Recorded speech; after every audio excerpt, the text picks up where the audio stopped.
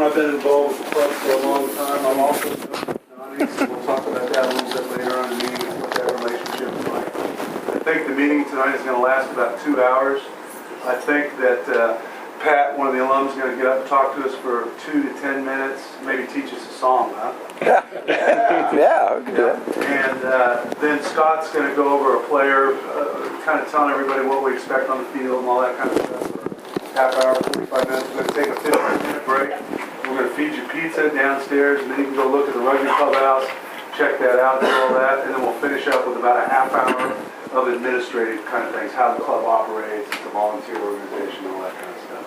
So that's kind of what we're happening tonight. So there's 1, 2, 3, 4 alumni here. And let's see, we have Roger Walters. Guess what profession Roger's in? Law, right? Exactly, yeah. So if you ever get in trouble, make sure you stay away from Roger. Roger played with the club in the, mid-70s, early 70s to Late 80s, late 80s, like 20 stinking years at, what was it, center. Played center for us for a long time. Brilliant center. Yeah, went on 5 or 6 tours with us overseas. Did the whole kit and caboodle. And hopefully all you guys, we have time if all of you want to say a little something, but I know Pat does. And then Rick Whitson was here in the early 70s. He worked with the Endowment Association that gets all the money for the university. He got us those fields at 23rd and Iowa when those were first getting going. He lived in the very first, I don't know if it was the first, but it was one of the reasons. Hi, fellas. Hey, guys, there's a couple of chairs right up here. If you just don't mind, just go in there. We'll get you a drink of water here in just a moment, all right?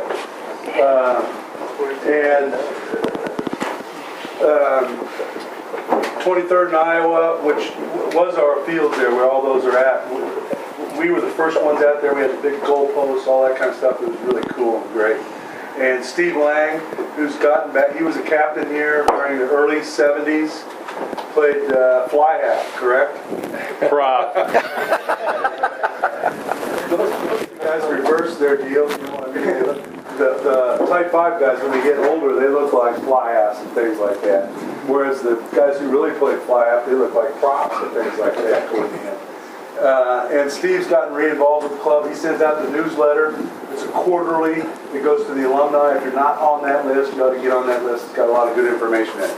And then Pat, who's going to speak a little bit tonight. Pat Rapp was up here in the late 60s. Early 60s. He was a founding You were on team. the 64 team. I got a picture of him. Make sure you go over there and check out that picture of him. And we got one of those clippings when you were kicking the ball. Yeah. When your foot was up, all that kind of stuff. And then Pat was also in the bar and restaurant business. You know where Bullwinkle's is at? The one that they've rebuilt and redoing over there by the Hawk and Wheel. He owned that. It was called the Beer Stew. Beer Stew, At that point in time. So these guys have a lot of history in the club. They want us to succeed. They help us out. They do all that kind of stuff. So this is just another angle of the club. Right on? Yeah. So after that, anything else? Pat played on the very first team. After the founder, George Bunning, he was the next president, so he's the president of the club. He recruited all the football players. He had been a quarterback at Rockhurst in Kansas City, and then he was a quarterback on the KU football team, and he came over and saw the lights start playing rugby. And he was a tractor. He got all kinds of people to come from the football program and start playing rugby. He was the coach. He was like coach, like Scott, for a number of years. And even after he graduated, he came back here to coach the clubs. I mean, this club would not exist without actually these guys being here. That's how good they are. Great. You want to say a few words? Sure.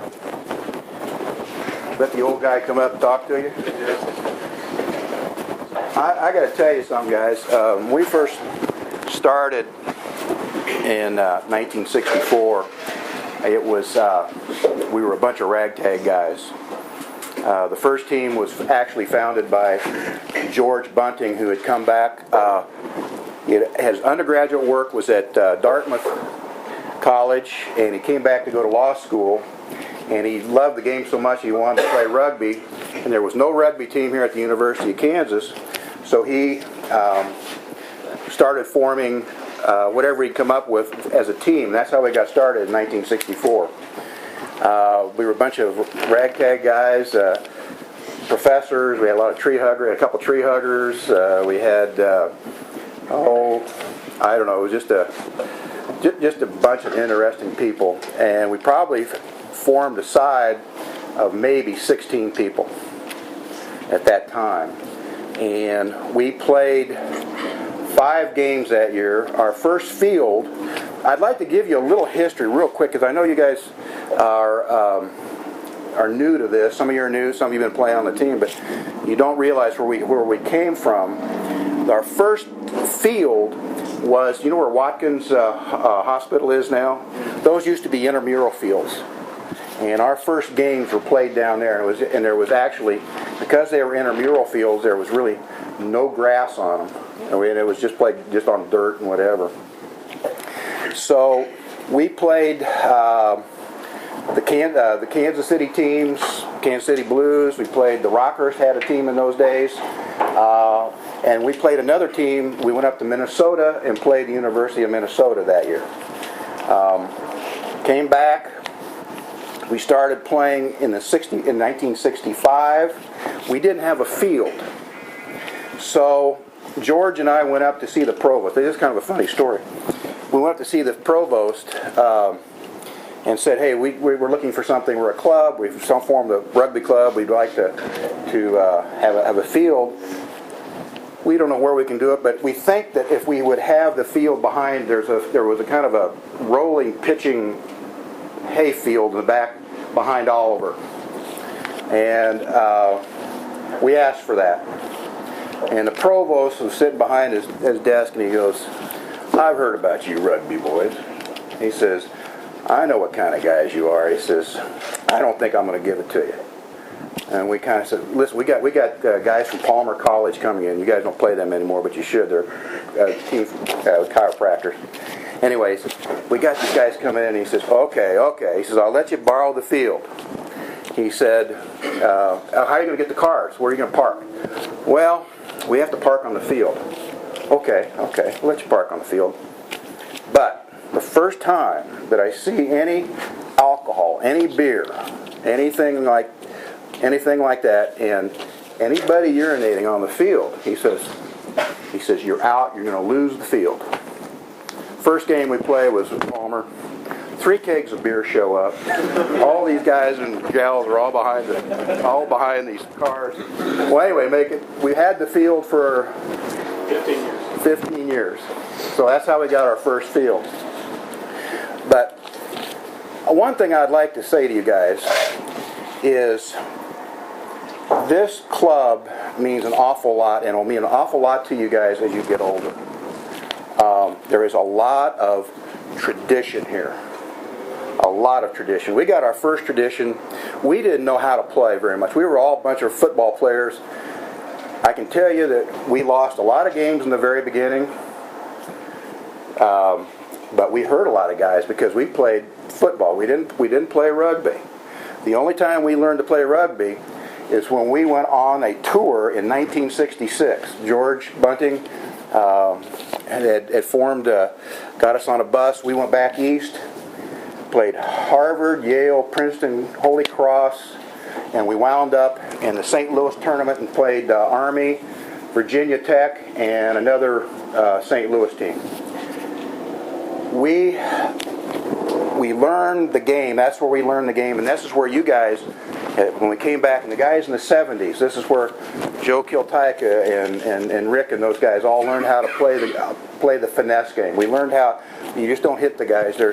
You lateral the ball. There's a lot of plays. We had no plays, but that's what brought us back. And I guarantee you, if you guys come through here and you form a tour somehow, it'll be the best time in your life. It really will. This, as you see us all standing here, all 4 of us, 5 of us that are the alumni guys, this rugby has meant an awful lot to us. It has helped us out in our journey, in our businesses. It's helped us. You'll be making, come somehow in your life. I guarantee somewhere along your whatever profession you're going to go into, rugby will come up, and you'll have the stories to tell, both on the field stories you'll have and off the field stories. And it's just something that you guys will treasure for the rest of your life. This club here is one of the finer clubs in the whole country. And I don't know if you guys realize it, there are very few clubs that have their own pitch, their own clubhouse. This is, and the reason you have is because you have support from guys like Rick Renfro, Joe Kiltyka, Roger, and Steve Lang and Rick. All these guys, they're the guys who are giving us support. They're the ones, and this is something that you need to carry with you as you go on. You'll look back on this. This will be the greatest. This is the greatest part of your college life, right here. And I hope you guys just enjoy the heck out of it. It looks to me like you've got a very fine club. When we would go out, we won. We didn't win too many games in the very beginning, but I guarantee you, we won the parties. I can guarantee you that. We never lost a party. So you guys keep this up, keep the tradition, and I think that you'll be a better person for it, and I hope that you have a very successful season. And I think now that one of the things is we're going to try to get some of the alumni to get a little more interested in you and come out and give you more support. So anyway, I just want to say thank you for having me. When we first got started, there was no way that we had the envision that this would be the club that it is today. No way. This is unbelievable, and it's people like Rick and Steve and Roger and the people like that have supported you, and it's just terrific. Okay, thank you. Thanks.